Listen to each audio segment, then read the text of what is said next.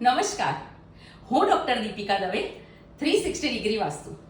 આજનો આપણો ટોપિક છે બ્રેઇન વેવ ફ્રીક્વન્સી. તમારે દરેક વસ્તુને પામવી છે ને, દરેક વસ્તુને પ્રાપ્ત કરવી છે ને, તો એના માટે તમારી બ્રેઇન વેવ પેટર્ન કેવી રીતે સુધારવી એ તમારા જ હાથમાં છે. તો દરેક વ્યક્તિની એક બ્રેઇન વેવ પેટર્ન હોય છે, જેમાં પહેલા સૌથી શરૂઆતમાં બીટા બ્રેઇન વેવ ફ્રીક્વન્સી વાળાની આપણે વાત કરીશું.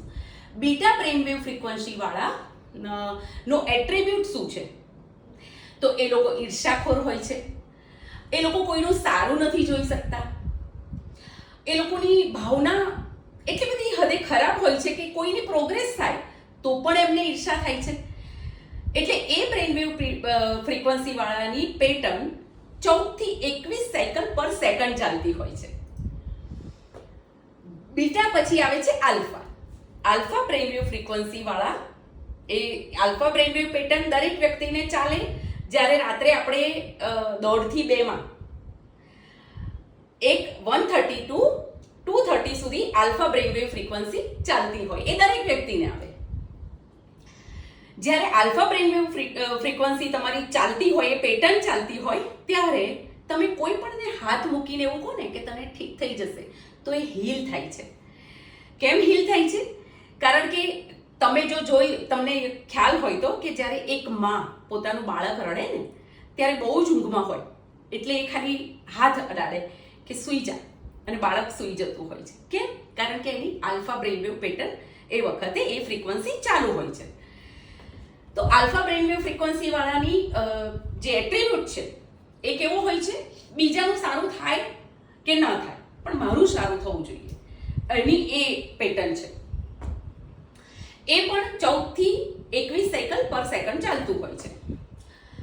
પછી આવે છે બીટા અને થીટા, અને પછી આવે છે થીટા, અને પછી આવે છે delta. Delta brain wave frequency છે એ રામકૃષ્ણ પરમહંસ, એકદમ આનંદમય.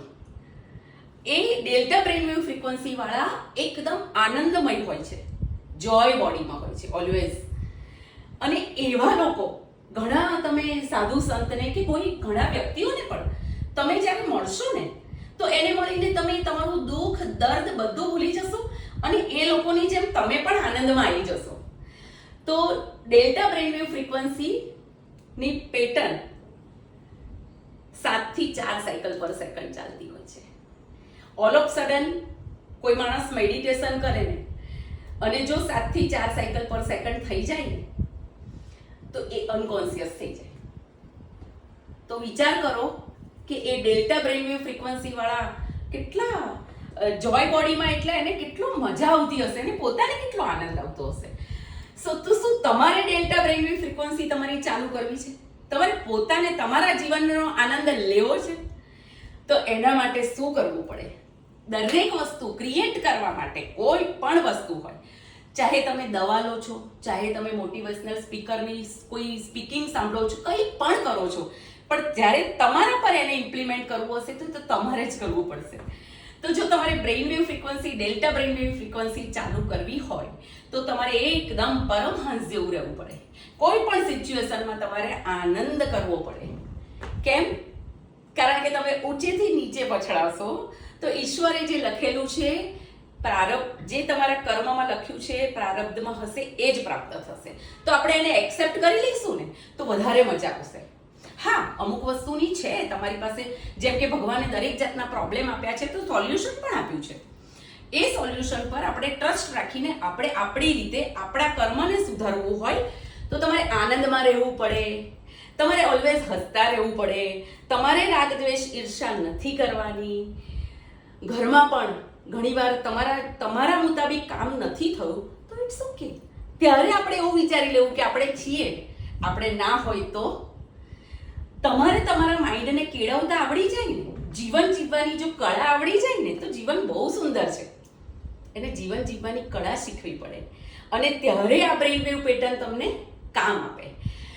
અત્યારે બહુ જ બધા વિડીયો આવે છે, મેનિફેસ્ટ કરો, મેનિફેસ્ટ કરો, મેનિફેસ્ટ કરો, પણ તમે નેગેટિવ હશો અને મેનિફેસ્ટ કરશો તો મેનિફેસ્ટ, ઘણા લોકો કહે છે કે ભાઈ આટલા વખતથી મેનિફેસ્ટ કરીએ છીએ, અસર નથી થતી. પણ તમે વિચારો કે તમે એકદમ આવા ડેલ્ટા બ્રેઇનવેવમાં આવી ગયા છો અને તમે મેનિફેસ્ટ કરો છો, તો યુનિવર્સ પણ ડેલ્ટા બ્રેઇનવેવ ફ્રીક્વન્સી વાળાની ફ્રીક્વન્સી જલ્દી કેચઅપ કરીને એની વાત પહેલા સાંભળે છે. તો એ તમારે નક્કી કરવાનું કે તમારે શું કરવું છે.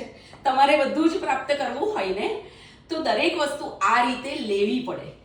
ઘણા એવું કહે છે કે અમે તો બહુ સરસ રહીએ છીએ, અમારા કર્મો તો બહુ સારા છે, પણ અમને કોઈક દુઃખ આપીને જાય છે. તો ત્યારે શું વિચારવાનું કે આપણે આપણું કર્મ છોડવાનું નથી. બીજા જે આપણને દુઃખ આપી ગયા છે, તકલીફ આપી ગયા છે, તો એનું કર્મ એ અને ઈશ્વર જાણે. આપણે એના માટે ખરાબ પણ ઈચ્છવાની જરૂર નથી, હે ને?